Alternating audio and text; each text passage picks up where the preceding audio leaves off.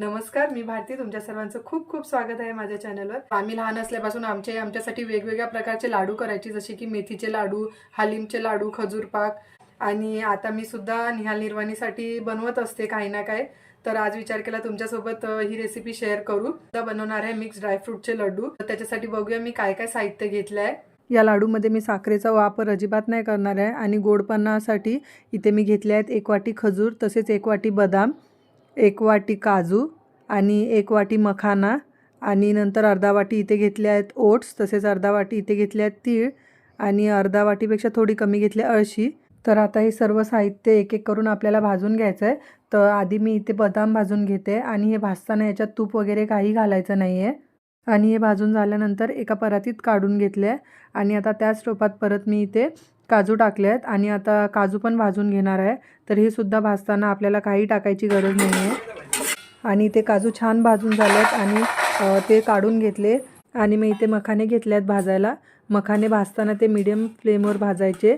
मखाने व्यवस्थित भाजले गेले की ते असे हाताने लगेच तुटतात.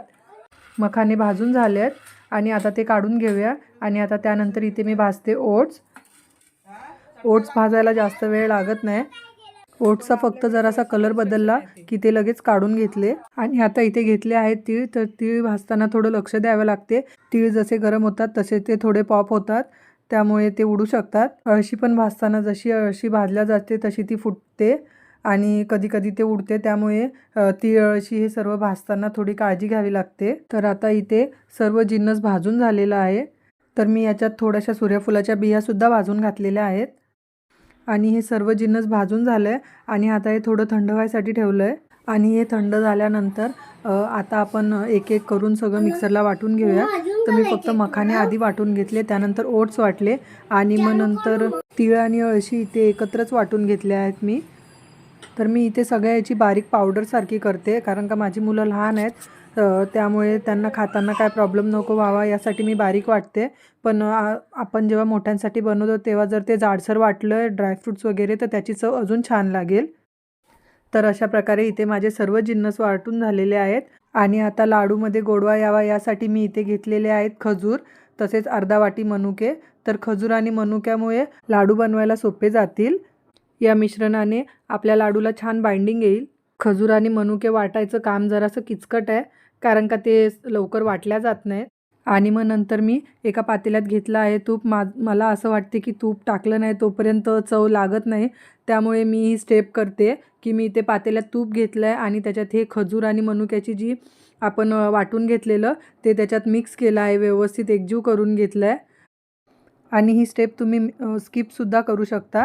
त्यानंतर मग मी याच्यात जे आपण सगळे पावडर बनवून ठेवलेले ड्रायफ्रूटचे आणि मखाना आणि तीळचे ते सगळे पावडर यात ॲड केलं आहे.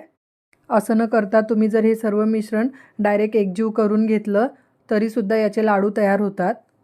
मिश्रण मस्त एकजीव करून घ्यायचे आणि मग त्याचे छोटे छोटे असे लाडू करायचे. तर हे इथे थोडं गरम झालेलं, त्यामुळे थोडे हाताला चटके लागत होते, पण ठीक आहे, लाडू खूप छान झाले होते खायला. आणि एवढ्या मिश्रणातून माझे एवढे लाडू तयार झाले आहेत आणि हे लाडू मला खूप आवडले. आवडला तुला? पुढच्या वेळेस बनवू असे परत. छान आहे. दोन नाही खायचे, दिवसाला एकच खायचा. ड्रायफ्रूट गरम असतात ना, मग पोटात त्रास होतो, म्हणून एकच लाडू खायचा. व्हिडिओ बघतच आहात तर व्हिडिओला लाईक करा, तसेच चॅनलला सबस्क्राईब करा आणि बेल आयकॉनवर क्लिक करा, म्हणजे माझ्या येणाऱ्या प्रत्येक व्हिडिओचे नोटिफिकेशन्स तुम्हाला मिळत राहील. आणि आजचा व्हिडिओ एवढाच. लवकरच भेटू एका नवीन व्हिडिओमध्ये. तोपर्यंत माझे व्हिडिओ बघत राहा, काळजी घ्या आणि व्हिडिओ बघितल्याबद्दल खूप खूप धन्यवाद.